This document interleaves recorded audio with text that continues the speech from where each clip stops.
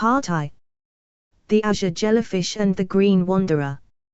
Morning in the Valley of Quiet Fires did not begin like anywhere else in the world.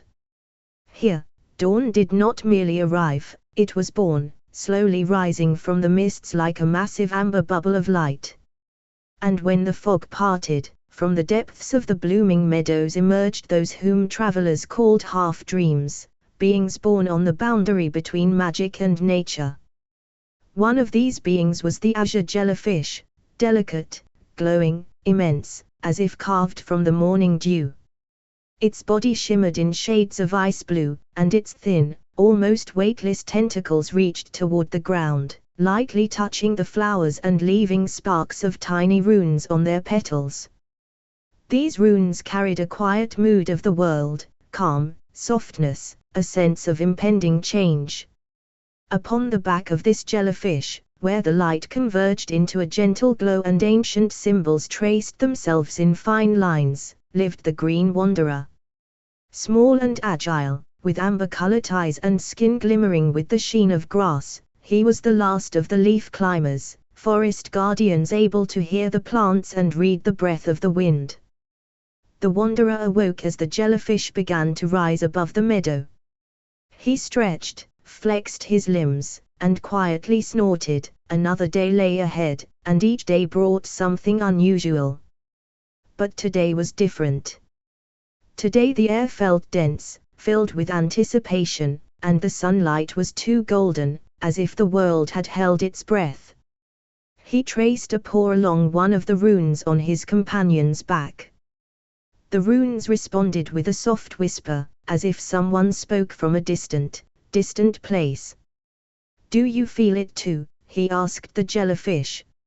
She could not speak in words, but after many years of traveling together, he had learned to understand her moods. Deep within her glowing tissues, something stirred anxiously, thin threads of energy rippled across her surface, forming the rune of discovery. "Something has come into our world," he whispered. "Or, someone." The jellyfish slowed her smooth movement. The wanderer climbed higher to scan the horizon. But he saw nothing unusual, only forests bathed in golden light and mist that stubbornly lingered.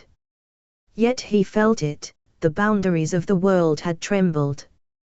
Today they were to journey toward the place where this strange vibration had appeared.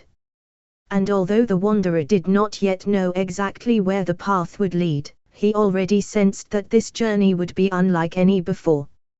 For when the wind carries an unfamiliar note, when the light becomes too bright and the shadows too deep, it means only one thing: the world is about to tell its new secret. And both the Azure Jellyfish and her small companion were already part of that story. Part II. The Path of Runes and the Voice in the Mist. The Azure Jellyfish glided softly above the ground, its light dissolving into the thick morning air. Its tentacles brushed the tops of the grasses, and wherever it passed, runes flared with a pale fire, lingering behind like a thread of glowing traces. This was an ancient path the wanderer had only heard of before, the path of runes, leading to places where the world was slightly thinner than usual, where one could hear what was hidden from others. But now the path had appeared on its own, as if someone had opened it. The wanderer sat gripping the ribbed surface of the jellyfish and listened. It seemed as if the valley itself had grown quieter. No birdsong, no rustle of wings, only the steady, slightly trembling breath of the mist around them. And in this silence, he caught a sound. A whisper. At first it seemed like the movement of the wind, but after many years of wandering, the wanderer had learned to distinguish the wind from the unseen. And this voice was different, subtle, prolonged, as if someone spoke, not in words, but in light. "There," he said softly, pointing forward with his paw. The jellyfish obediently changed its course, rising higher, gliding over meadows where flowers, with a faint chime, opened their petals to meet its glow. The whisper grew stronger, soft, calling, almost musical. And then, as if the air itself had trembled, the mist before them began to part. They had arrived at the entrance to a forest. But this was no ordinary forest. The tree trunks were tall, like the columns of an ancient temple, their bark shimmering with blue veins. The leaves hung motionless, as if held by an invisible force, and only when the jellyfish floated closer did runes appear on them, the same as those glowing on its body. "This place remembers us," whispered the wanderer. "Or, it has been waiting." He slipped from the jellyfish onto the first moss-covered root. The ground beneath his paws vibrated slightly, as if in greeting.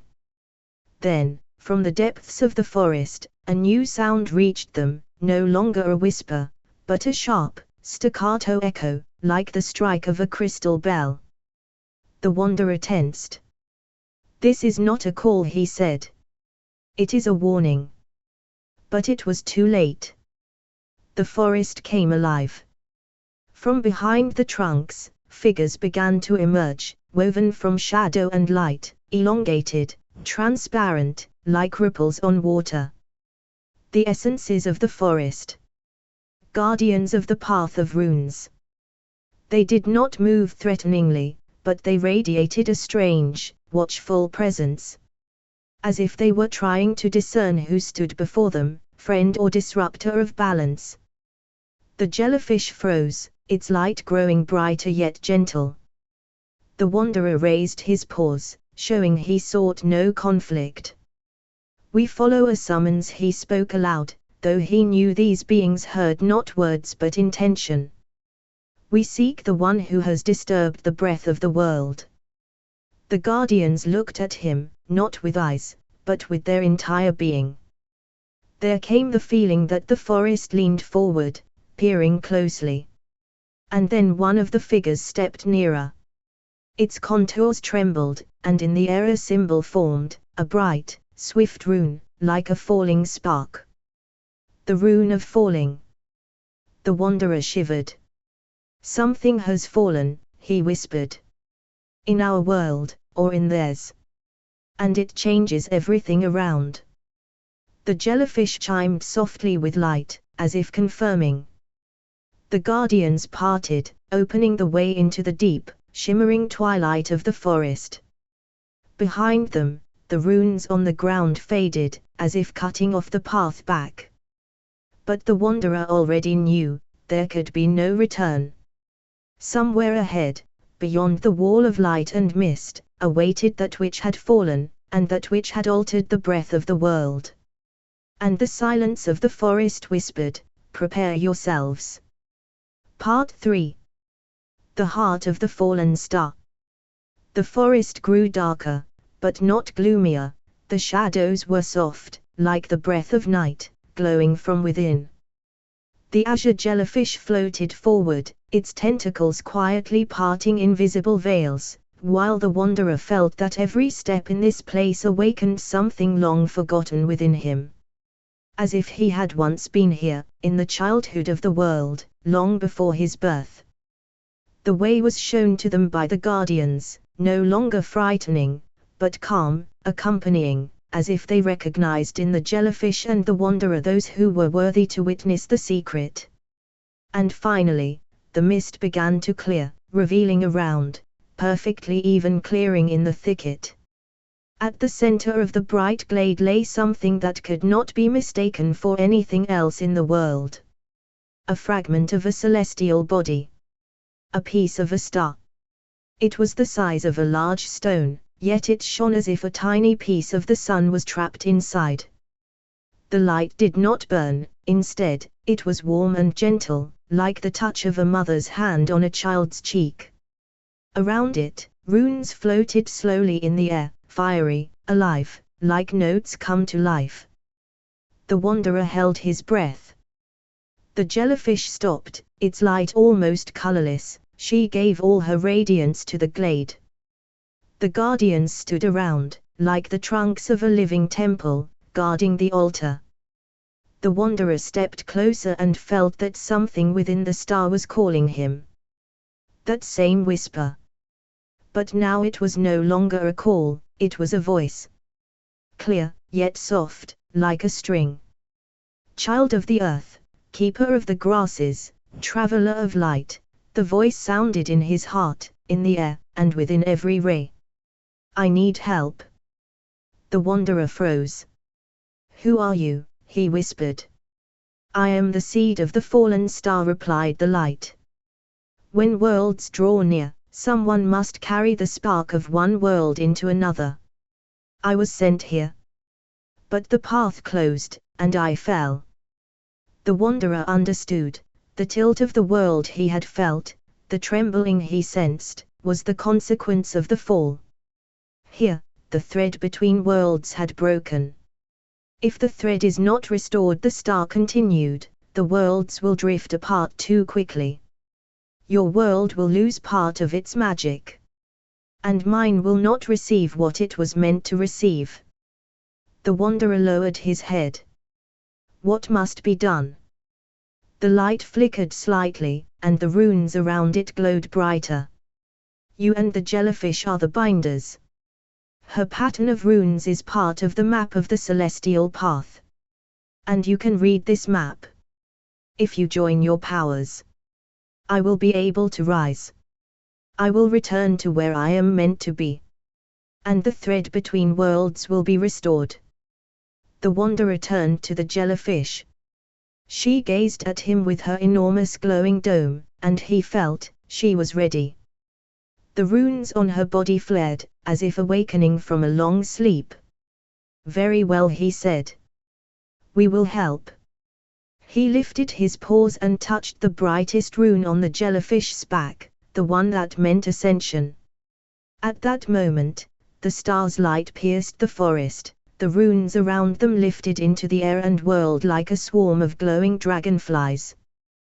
The jellyfish blazed with celestial radiance, her tentacles grew longer, more transparent, almost like threads of light. The star slowly rose into the air, surrounded by a whirlwind of runes. The guardians began to sing. Their voices resembled the rustle of wind through a crystal forest, and their song opened a path upward, a path invisible, yet sensed by all, a road of light between worlds.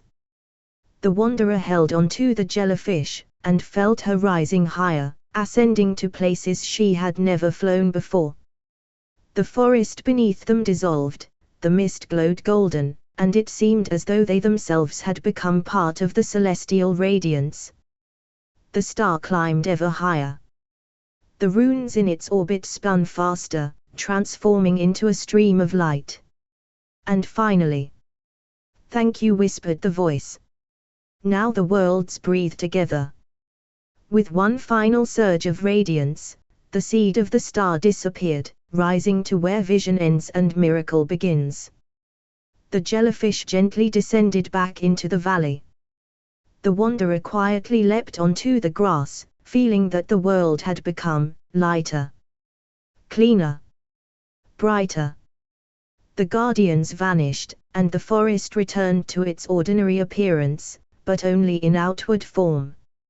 Now the wanderer knew, deep within, the path they had walked would always live. The jellyfish tilted slightly, as if asking, "What next?" The wanderer smiled. "Let's go," he said. "Light is never the final secret. It always brings something new." And they set off once more, the traveler and his glowing companion, carrying within them the echo of the star's voice and the knowledge that even a small being can connect the macrocosm with the world of grasses and dew. Thus ended the story of the fallen star. And began the story of those who raised it back.